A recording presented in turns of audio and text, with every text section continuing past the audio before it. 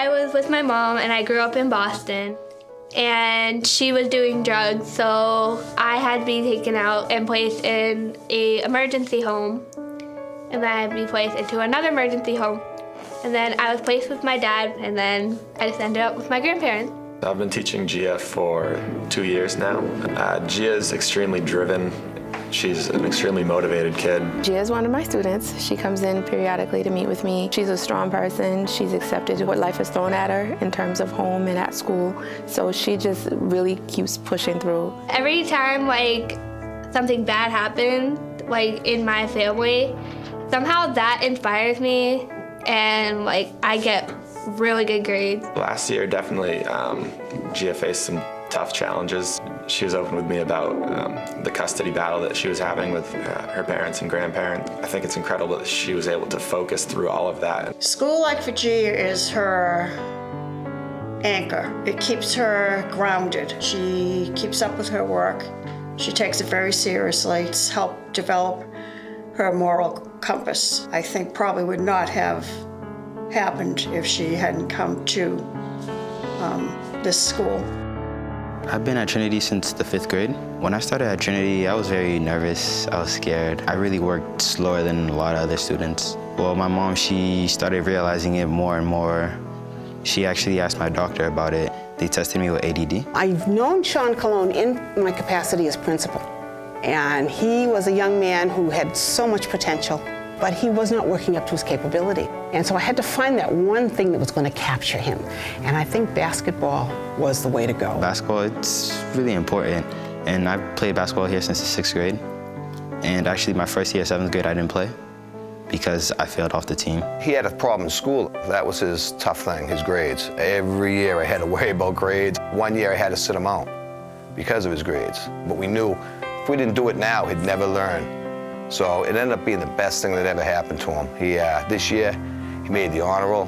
He brought tears to my eyes. I keep the report card on my phone. Sean's self-esteem has been really blossoming. He's become a true leader. Trinity, I'd say, is a special school because your class is rather small, so it's easier to focus, and also the teachers, they work with you. They don't work past you. They slow down for you, or they'll meet you after school. I really believe just all the positive reinforcement from the teachers here. I think it motivated them. I really do. And I know the basketball was a big part of it.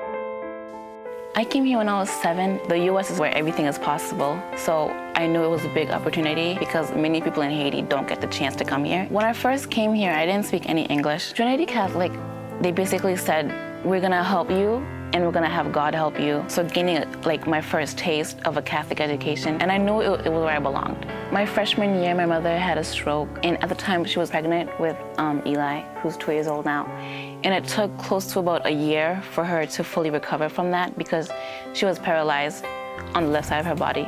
And it left me taking care of the baby and 3 other siblings. It was difficult because I would be up to 3 or 4 a.m. taking care of, the baby, and then have to study for a test or a quiz or do homework for school the next day because, my dad, he was a great help, but he had to be with my mom because she was dealing with postpartum depression, so she needed someone there. After months of not working, my parents came to a point where they were like, we cannot keep up with the bills.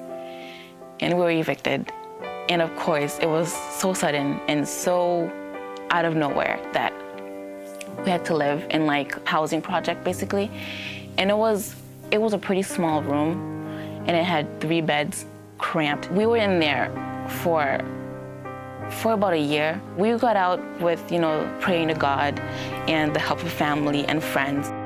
Nethael came on board in our senior ministry program. I was a little nervous that the subject matter, which was poverty, was going to be a little bit difficult for her because I knew she was living poverty.